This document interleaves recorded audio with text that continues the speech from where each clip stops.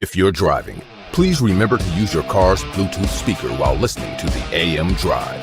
Sports talk is not worth your safety or the safety of others. Grab your popcorn and sit back. Jump the gun. Oh, no, give me more than that. Okay, go this way. That was dumb. We are. How could I tell you when nobody wants to? Your faded words I will choke. Happy Friday to everyone in the sports universe. It is August the 19th, 2022. This is the AM Drive on our Twitter, YouTube, and Facebook pages. Good morning. For Thumbs Up Sammy Action, I am Michael Carbonell saying, what's going on, Shimmy? Hey, my friend, I've been watching you guys do these lists the last couple of days, and I've been trying really hard not to come on the show and just start bashing everyone's list, so I had to come up with my own. Well, I can only imagine that Tom Brady is number one because no one likes to have an opinion, but we'll figure it out. I can't wait to tell you. Oh, I know. I would hope it's Jerry Rice, to be honestly fair, but we'll see what happens. We are presented by our YouTube AM Drive with Mike and Aaron and Sammy. It's the best segments all in one place, and it also has full shows that are aired every single Monday through Friday. So go on there, AM Drive with Mike and Aaron. If you want the shop, go to mikeandaarondrive.com and click the Our Shop tab. It's almost hoodie season, Sammy. I'm gonna need a hoodie. I would love to have your face on my chest.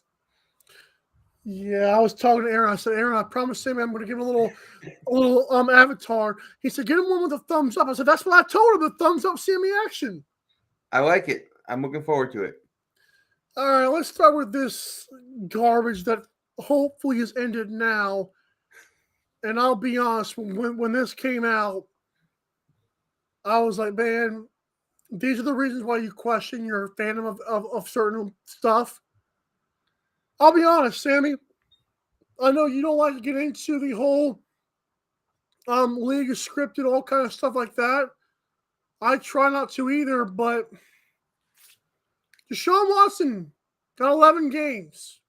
We'll donate $5 million to charity. Well, whatever I guess $5 million he won't get will go to charity. But 11 games sounds okay and all. I mean, you're like, why is it only 11? Why isn't it 10 or 12? Oh, because he plays the Texans the next week. Sammy, this completely rubbed me so sideways. I had another one of those moments where I'm like, is this really worth talking about? Like, is this league even worth my time? Like, how dumb can that be? It's pathetic. It's just I'm a loss of words to explain how dumb it is for Deshaun Watson to get 11 games and come back against the freaking Texans. I can't explain it. I don't want to explain it. Maybe you can.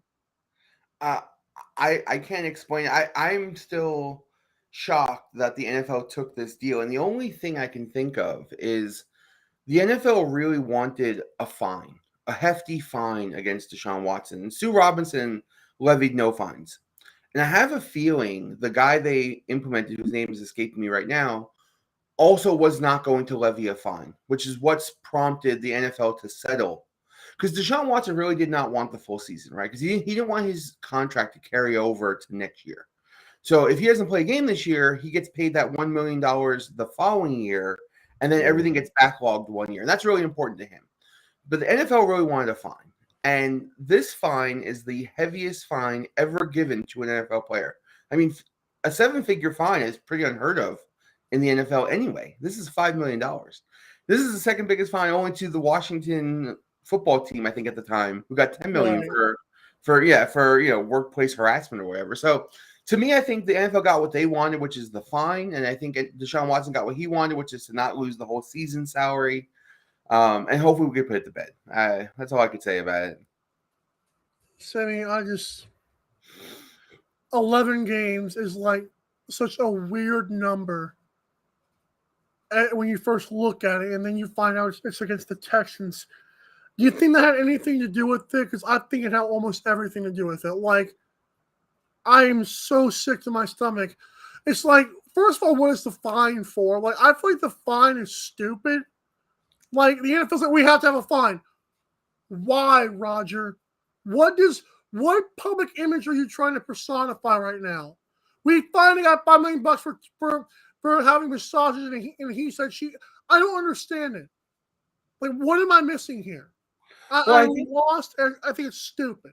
I think from the NFL's point of view, him missing games benefits nobody, right? It doesn't benefit the NFL. It doesn't benefit Cleveland. It doesn't benefit the women. It doesn't benefit anybody. It's just a punishment. The fine has some way of being used as a positive, right? Charity. Money has gone towards something to improve women's rights or improve, workplace harassment stuff or whatever they use it for, or just to help people in general. At least that is something the NFL can fall back on and say, look, this player did wrong. We punish him and we're using that to turn that into a positive. Without that, there is no positive here. It's still, I'm one of the people, like, even, I hate to bring this up, like the Black Lives Matter stuff. It's like when people talk about, oh, well, give them money. I'm like, well, what does that do for a racist person? I'm like, well, what are we doing here? Like, what does this do? The only thing I can think of with this thing is, like you said, it might help some people who have been through this stuff and maybe they're struggling financially. But if it's just do some research charity thing, I'm like, I'm not with it. Well, I don't know what charities the NFL subscribes to, and I certainly don't know where the money that you give Black Lives Matter goes to. But all of these causes need money. I mean, if you're going to have a cause, whatever your cause is, you need money to make it run. I mean, you could even argue that this show, right? The show needs money to run. Yes, we do. Yeah, so you have to click on the F, right? You have to buy the merchandise.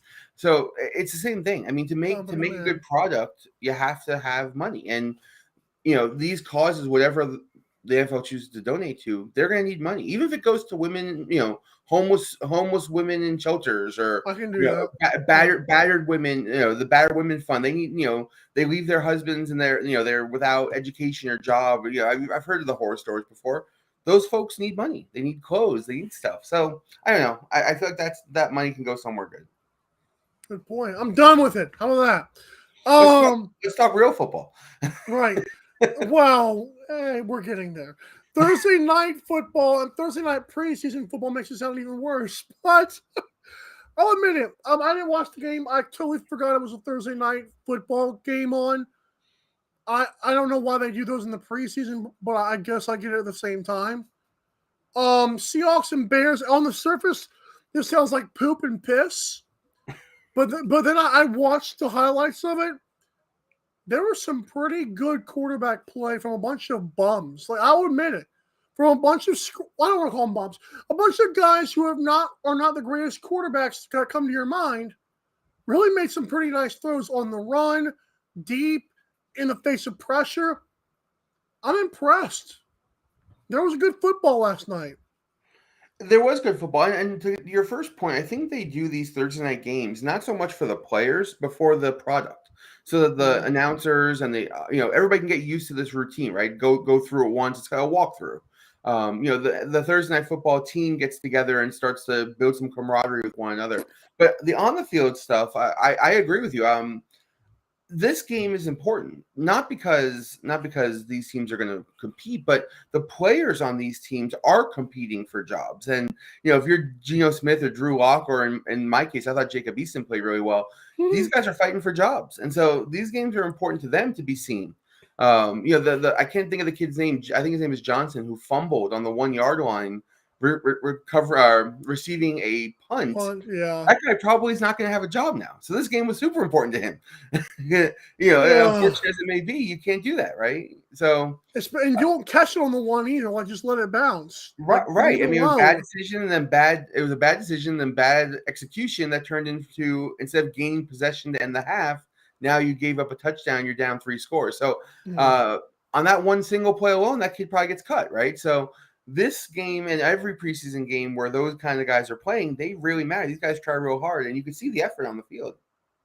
Sammy, I'll admit it. This Matt Eberflus guy for the Bears from my Colts, he had them prepared. I've been telling people what I look for in preseason is not like, awesome play, but how well prepared teams are. It's very rare to see a beatdown of sorts in preseason. And this is what that was. This was the Bears controlled the game defensively and offensively and special teams, obviously. And they won the game by a good margin. That right there shows me a young coach has got control of his football team early. Yeah, and it also shows you the difference between being a young coach, a guy who's trying to prove himself, get his team behind him, and a veteran coach, a guy who's been there for a long time. Pete Carroll did not care about the game, right? He cared about giving his guys reps and being able to evaluate the talent on the field. I don't think he cared even a little bit about the game. But Matty E, he needs wins. He needs to show the team that he's going to lead them to victory. And so I think both coaches sort of accomplished what they were looking for in this game, regardless of the score. I also want to do a Jacob Eason rant here because I don't know if you've ever heard this part of the show, but last year, I think it was last year, last preseason, whenever Sam Ehlinger and Jacob Eason, there was like a battle on why are we getting Sam Ehlinger snaps with the Colts.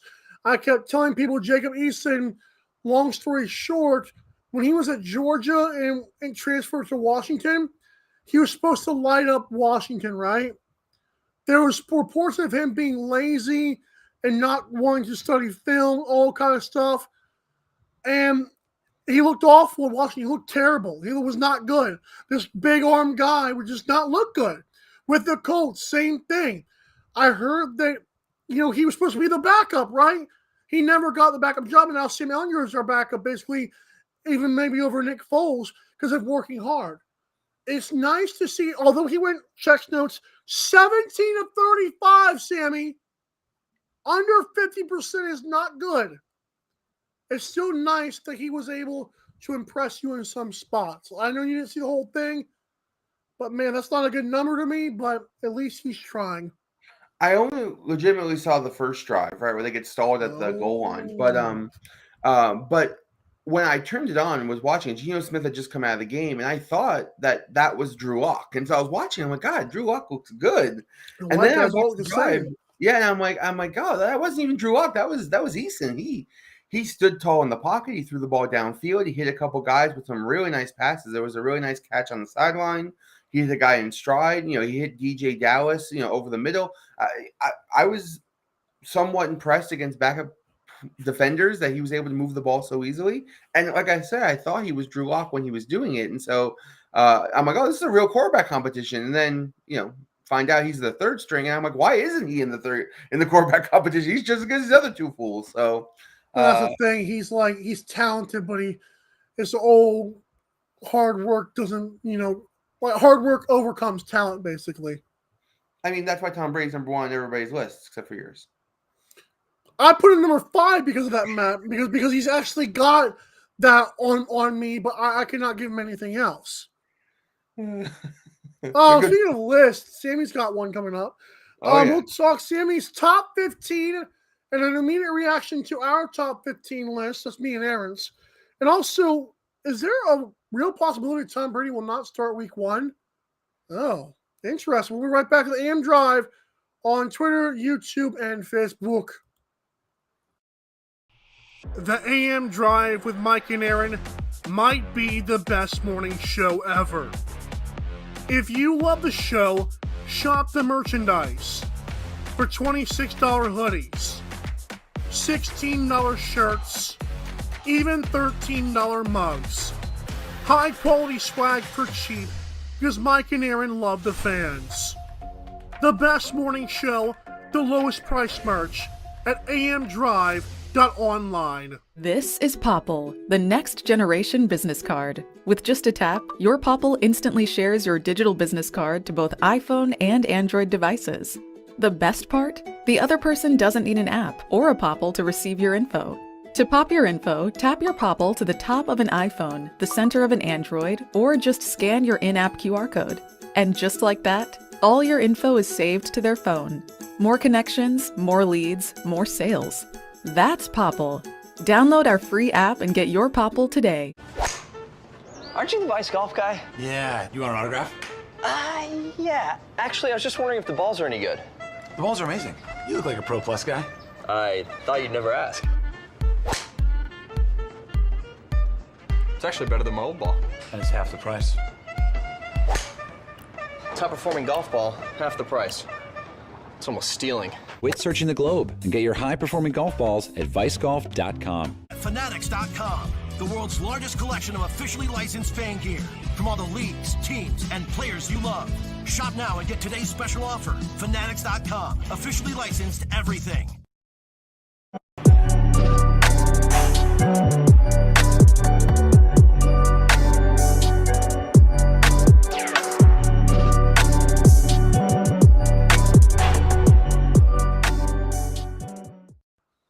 If you want the best in sports merchandise from your favorite teams and players from every league with daily deals, like once again, free shipping on orders of $24 or more, you've got to go to MikeandAaronDrive.com and do what?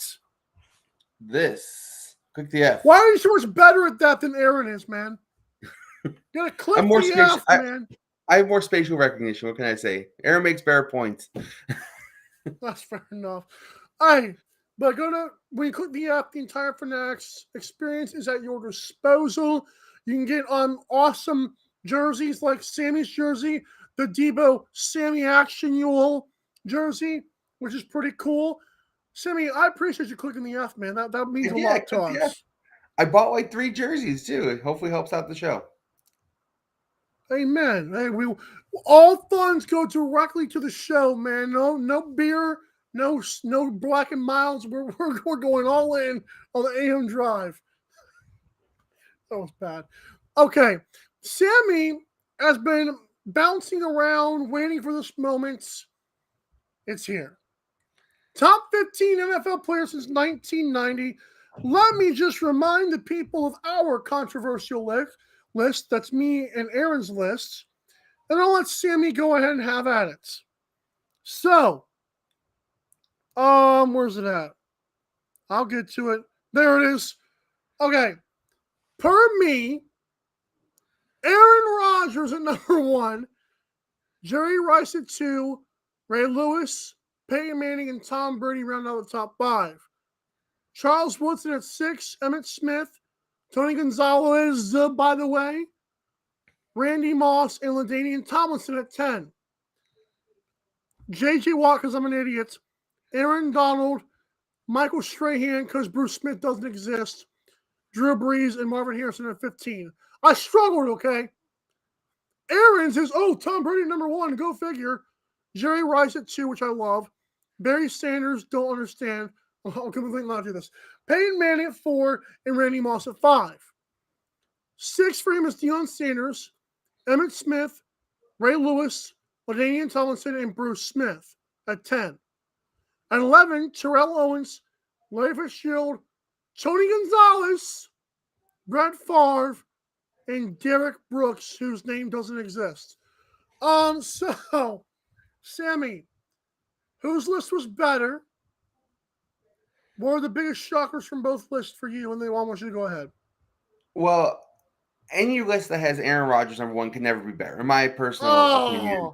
It doesn't matter the rest, right? So if your best football player of all time is a guy who has the same amount of championships as Matthew Stafford or less championships than same amount of championships as Nick Foles, and guy has same amount of playoff wins in his career that Tom Brady has in the NFC in 2 seasons. Like it's just astonishing. But everybody's entitled to their opinion. Yours just happens to be more wrong than most.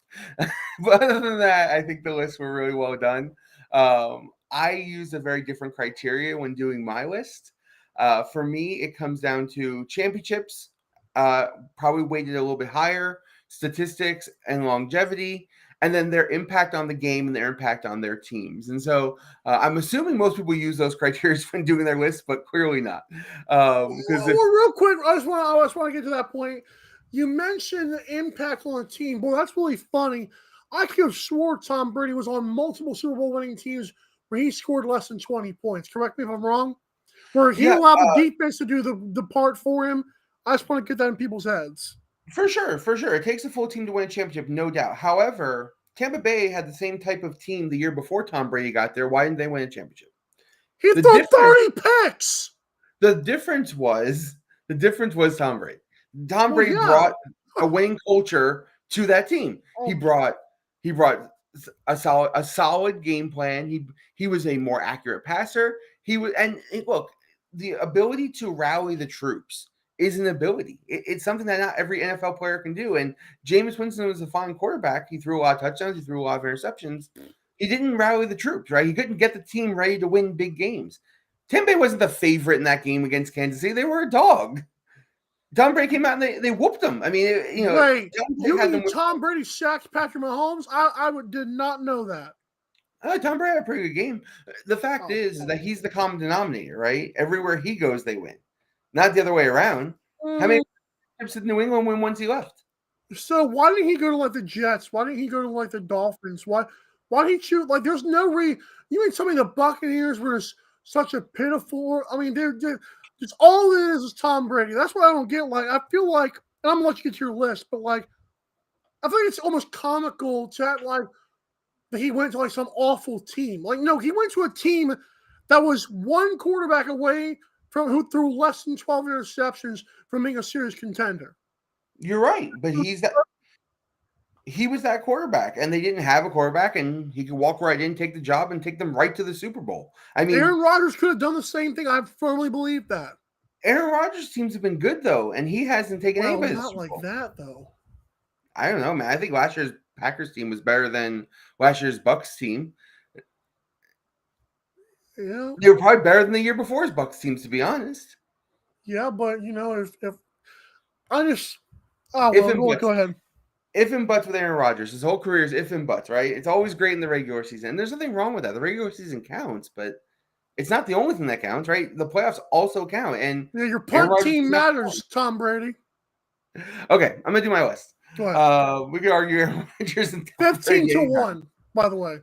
All right, so I actually have an honorable mention. I know you guys have talked about honorable mentions because I wanted this guy on the list, but he just doesn't have the longevity to make it. And that to me is Aaron Donald. Okay. Aaron Donald is great. Probably the best interior defensive lineman we've ever seen, but he's won championship, but he's not there quite long enough. I imagine in future lists he would definitely be there. So starting number 15, I have the best safety to ever play the game, and that is Ed Reed. Ed Reed personified everything about the game that the safety position really hadn't had, except for maybe Ronnie Lott.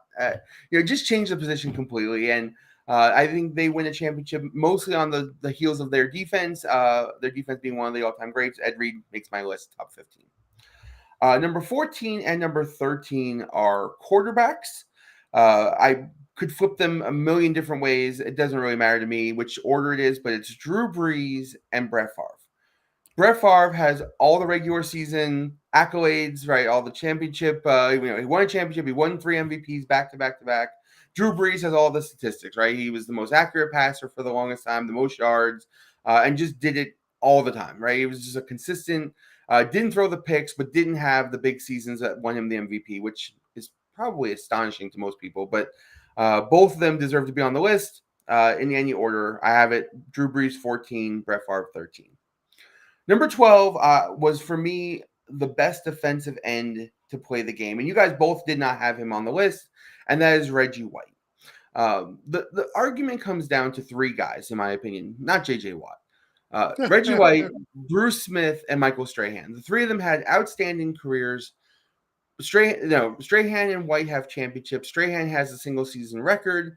I certainly wouldn't hate on anybody who put Strahan on the list. But for me, Reggie White, 13 straight Pro Bowls, something crazy like that. 2-time Defensive All-Player of the Year, and the championship bumps him above Bruce Smith for me, who had 4 shots at a championship and didn't get there. And then Reggie White in the championship game was dominant. He was the dominant force on the defense that won them that game. So to me, he gets bumped above those other 2 guys. But any one of the 3, I think, is fair. They deserve to be on the list. Being the best edge rusher of all time does matter, at least since 1990. All right, now here's the controversial one. For me, number 11 is Rob Gronkowski. And I gave Aaron some crap about Tony Gonzalez. Tony Gonzalez is an excellent player all time. But I did a lot of research. I'm going to really deep dive into this one, right? It should be Tony Gonzalez, it should be Rob Gronkowski. 4 championships to 0 obviously sways towards Gronkowski. But let's look at something a little bit different. Tony Gonzalez played twice as many games in the regular season as Rob Gronkowski, and a much longer career. So longevity clearly goes to Tony Gonzalez. But did he have twice as good of stats in the regular season, right? So, okay, so I brought this up. I put together a little sheet for us, right? Tony Gonzalez played 254 games, Rob Gronkowski 128. So it's almost half, right? Yards, Tony Gonzalez had... Wait, I'm on the wrong spot. Hold on. Give me 1 second. I love it. Yards, 15,000 for Tony Gonzalez, 9,200 for Rob Gronkowski. Not quite double. Touchdowns or receptions, 1,300 for Tony Gonzalez, 620 for Rob Gronkowski. Double, right? Touchdowns, Tony Gonzalez, 111, Rob Gronkowski, 92. That's not quite double. Now, let's go to the playoffs. Rob Gronkowski had 3 times as many starts in the playoffs as Tony Gonzalez. Gronkowski started 20 games, Gonzalez started 6, right? So is Rob Gronkowski's stats 3 times better than Tony Gonzalez? Okay. Receptions, Rob Gronkowski had 90, Tony Gonzalez had 30, 3 times better. Yards, Rob Gronkowski had 1,275 yards. Tony Gonzalez had 285 yards. That's way better. Touchdowns, Rob Gronkowski had 14, Tony Gonzalez had 4. Yards per reception, Rob Gronkowski kills him. Yards per game, Rob Gronkowski kills him. Super Bowls, Rob Gronkowski kills him. And when up against the best defenders, Rob Gronkowski was more than 3 times better than Tony Gonzalez. To me, Rob Gronkowski deserves to be on the list over Tony Gonzalez. No hate on him. I love Tony G. To me, it's just an easy one. Rob Gronkowski has the career stats that are better. Back to my list. I'm sure I can argue with Aaron about that later. Number 10, Randy Moss. I hated putting a second receiver on this list. Receivers just don't matter that much. They are not integral in winning championships. However, Randy Moss was special. He didn't win a championship. He's one of only 2 players who didn't win a championship on my list, but he was special and probably the greatest receiving talent I've ever seen. He certainly helped lead the Patriots to an undefeated regular season where they fell just short in the playoffs. I feel like he deserves to be on the list. It was hard. It was the only hard decision I had to make. He isn't the greatest receiver of all time, but he's definitely in the top 2, and I don't think anybody should hate on him being in any of these lists. He was pretty fantastic. Calvin Johnson did not make my list. Neither did Larry Fitzgerald, who doesn't deserve to be on anybody's list. Number 9 for me is somebody's number 1, Aaron Rodgers, who cracks my top 10 as an all-time great player, but is nowhere near the top quarterback to ever play the game. Barely the best player to ever play the game. Aaron Rodgers had a great career, and he's still having a good career. But until he wins another championship, the second half of the top 5 is top 10 is where he belongs. Number 8 to me, the best cornerback to ever play the game, and that is Deion Sanders. I went through a lot of Rod Woodson, Charles Woodson comparisons, and those other guys were better tacklers. They played more positions. But in terms of being the best cornerback, Deion Sanders was the best cover guy we've ever seen. Then when you couple it with the Super Bowls, and then you couple it on top of that with the special teams, I think he gets the nod over those other 2 guys. But all 3 guys are great. To me, Deion is the best cover cornerback of all time. I want to have the best cornerback, not the best defensive back on this list. Number 7 is the only other guy not to win a championship, and that is Barry Sanders. The best running back I've ever seen play the game. Barry Sanders deserves to be on everybody's list, but how great of a player can you be if you've only had 1 playoff appearance? I mean, if you're the greatest player to ever play the game, how has your team only been in the playoffs 1 time? I know it's a team sport, but at the same time, great players lead their teams to greatness, and Barry Sanders is an unbelievable talent, just not the greatest of all time. Number 6, an offensive lineman. You guys both seem to miss out on some offensive linemen. I want to have at least one on my list. So Jonathan Ogden is the greatest offensive lineman I feel to play the game since 1990. That Baltimore team had nothing. They had a great defense and no offense. But the one offensive threat they had was running behind Jonathan Ogden. The whole defense knew it. The offense knew it. Both coaches knew it. And yet they still did it. Jamal Lewis had an amazing year, and they won a Super Bowl because of it. Jonathan Ogden deserves to be on the list. He is a surefire Hall of Famer. one of the greatest to ever play the game. And the fact that no offensive line were represented on your guys' list, I thought was a little bit lacking, but that's just my personal opinion. Number 5, sticking with the Ravens, is Ray Lewis, the best defensive player of all time, best linebacker of all time. I don't think it's up for much debate. Ray Lewis is, the best. As long as he's not killing people, he's killing people on the field. You're funny. Number 4, I cheated. I'm going to be the first to tell you I cheated. Number 4 is 2 players. It is Emmitt Smith and Larry Allen. Because I don't think Emmitt Smith's career is Emmitt Smith's career without Larry Allen. And I don't think Larry Allen is even a household name if it's not for Emmitt Smith. So neither one of them by themselves, I feel like, belong on this list. But together, I think they make the best tandem of running back offensive linemen we've ever seen. And so I cheated and put them both there, and they take up my number 4 spot. Because all the championships the Cowboys won is because of that duo more than anybody else, in my opinion. Number 3 is Peyton Manning, your boy. Clearly one of the all-time great quarterbacks. He won 2 Super Bowls, all the MVPs, all the regular season accolades. Not quite as accomplished as Tom Brady, who's obviously my number 1. But spoiler alert, but an all-time great, and no disrespect to him. The debate of who's better has been over for a really long time, and Tom Brady is still playing and accumulating more stats. So in the end, Tom Brady will be the best player to ever play this game, and I don't think anybody will ever catch him, but Peyton Manning deserves a spot in the top 5, 100%. Number 2 is the same as everybody else, Jerry Rice, and for the reason I think that you said, which was, I think, the best reason of all, which is it's a quarterback's league. Jerry Rice won championships. He doesn't do it without good quarterback play. Those guys probably don't win championships without him. He was definitely the best part of those Niners offenses. However, it's quarterback's league. I don't think the best player can be anybody but Tom Brady. Most accomplished player we've ever seen. I know you have to go. And by the way, Tom Brady might not even play week 1. Todd Bowles is more skeptical than he was before. But I know you have to go. Follow the EM Drive and EM Drive TV on Twitter, Facebook, Instagram, and TikTok. Enjoy your weekend, everybody. Thanks so much for tuning in. I'll bash Sammy's head in after the show is over. Thanks so much for tuning in. Drive safe. I look forward to it.